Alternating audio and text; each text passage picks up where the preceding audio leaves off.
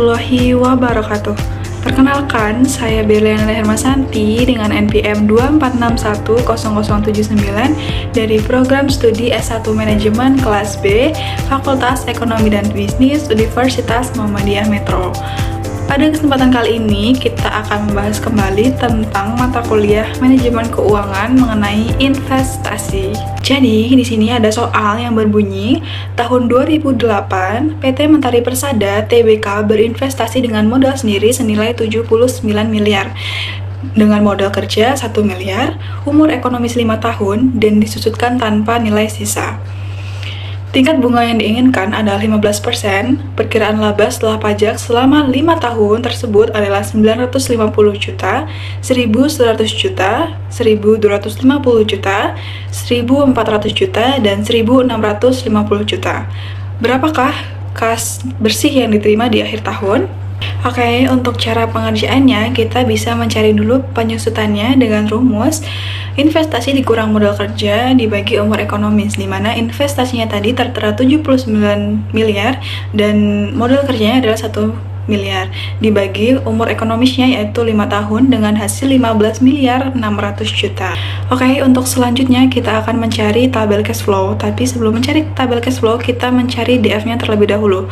Untuk mencari DF kita bisa menggunakan rumus 1/1 plus T pangkat N, dimana tadi DF-nya kita adalah 15%, maka kita desimalkan terlebih dahulu menjadi 0,15. Jadi cara penghitungannya, yang di dalam kurung dulu kita jumlah, lalu kita pangkatkan, lalu dibagi 1. Begitu seterusnya sampai pangkatnya 5. Oke, setelah penyusutan dan DF-nya ketemu, langsung kita bentuk menjadi tabel seperti ini. Kita isi dengan tahun, penyusutan, proses, DF, dan kas bersih. Oke, untuk pengisian tabelnya, karena di soal tertera 2008 dan sama 5 tahun, jadi kita hitung 2008, 2009, 2010, 2011, dan juga 2012. Lalu untuk IT-nya itu, kita dapatkan dari hasil perkiraan laba setelah pajak pada soal tadi, yaitu 950.000, 1.100.000, 1.250.000, 1.400.000, dan 1.650.000. Selanjutnya, di tabel sampingnya yaitu penyusutan, itu kita dapatkan dari hitungan kita di awal yang tadi, yaitu 15 miliar 600 juta. Itu kita kurangkan nolnya 3 menjadi 15.600.000. Lalu kita taruh aja sampai ke bawah sampai 5 kali. Lalu kita di tabel sampingnya itu ada proses.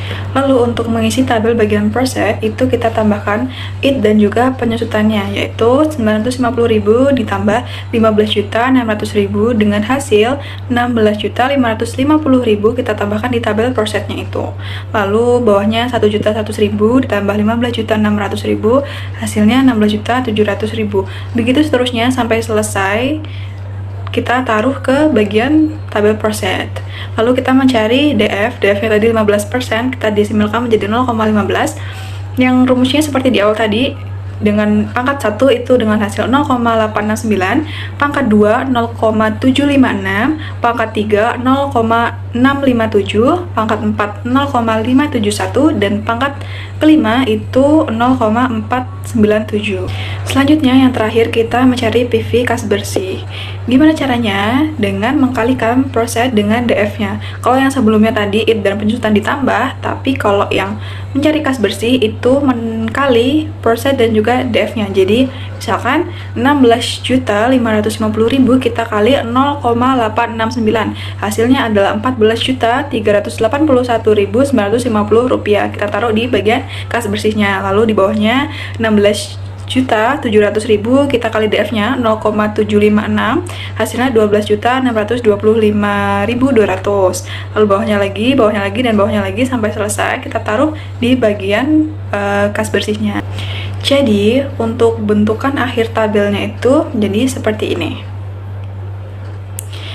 Jika nilainya sama, maka kita menggunakan rumus investasi dibagi kas bersih per tahun dikali 1 tahun. Tapi karena nilai kita berbeda, maka investasi langsung dikurang dengan proses. Dengan proses pertama, Misalkan 79 miliar dikurang 16 miliar 550 juta, hasilnya 62 miliar 450 juta.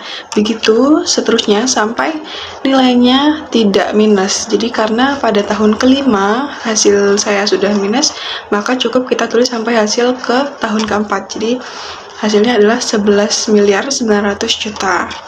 Jadi kita mencari payback period atau PP dengan rumus nilai investasi dibagi persen sesudahnya lalu dikalikan 12 bulan. Di situ tertera 11 miliar 900 juta dibagi 17 miliar 250 juta lalu dikali 12 bulan ketemu hasil 8,2. Itu sama dengan, karena kita tadi sampai 4 tahun berarti 4 tahun 8 bulan. Saja kita mencari average rate of return atau ARR dengan rumus ARR sama dengan rata-rata IT per rata-rata investasi dikali 100%. Rata-rata IT sama dengan total IT-nya kita dibagi umur ekonomi sama dengan total IT-ku 6.350.000 dibagi 5 sama dengan 1.270.000. Lalu rata-rata investasi sama dengan investasi dibagi 5 sama dengan 79 miliar dibagi 5 sama dengan 15 miliar 800 juta.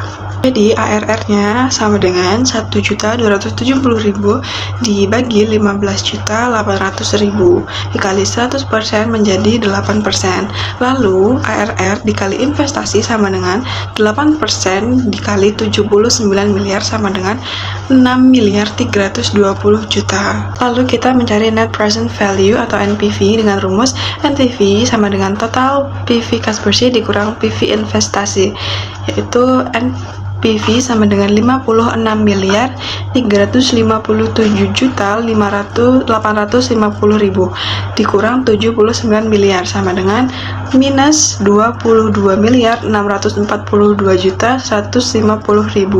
Jadi kesimpulannya NPV-nya negatif, maka proyek tidak layak untuk diterima.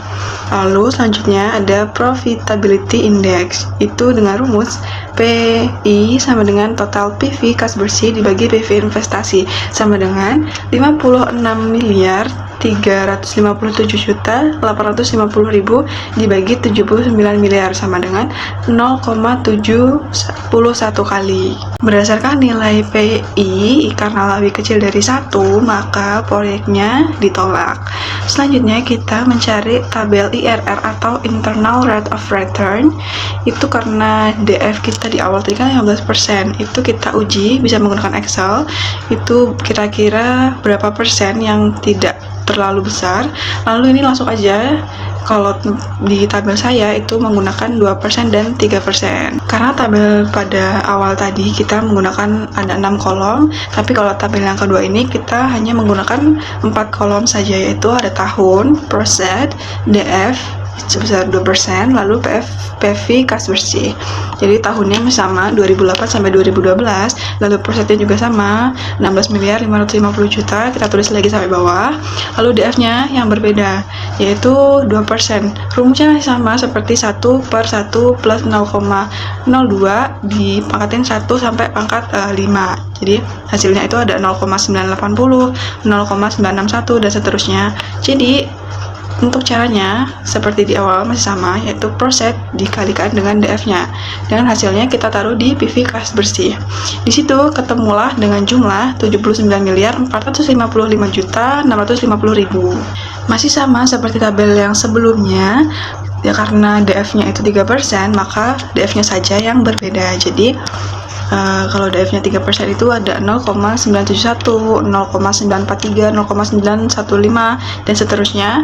Itu masih sama caranya. Jadi persen dikali DF dan hasilnya ditaruh di PV kas bersih.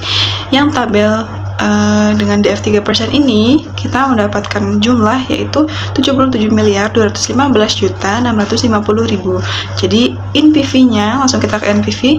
Lalu kesimpulan NPV-nya berarti jumlah yang dari tabel tadi yaitu 77 miliar 215 juta 650.000 dikurang dengan investasinya yaitu 79 miliar sama dengan hasilnya pasti minus, yaitu minus 1.784.350.000. Nah, itu hasilnya negatif. Jadi kalau 2% tadi positif, yang 3% ini adalah negatif. Jadi rumus internal rate of return-nya atau IRR itu sama dengan IRR sama dengan I1 ditambah total PV positif dikurang investasi per total PV positif dikurang PV negatif dikali I2 dikurang I1. Jadi IRR sama dengan 2% ditambah 79.455.650.000 dikurang 79 miliar per 455.650.000 dikurang minus 1.784.350.000 dikali 3% dikurang 2%. IRR sama dengan 2% ditambah 455.650.000 per 2.240.000 dikali 1% menjadi sama dengan 2,20%. Berdasarkan nilai IRR yang diperoleh, maka proyek diterima karena IRR-nya lebih besar dari 2%, yaitu 2,20% tadi. Dan itu tadi sedikit penjelasan dari saya, semoga bisa dimengerti dan mohon maaf jika ada salah kata. Saya akhiri, wassalamualaikum warahmatullahi wabarakatuh.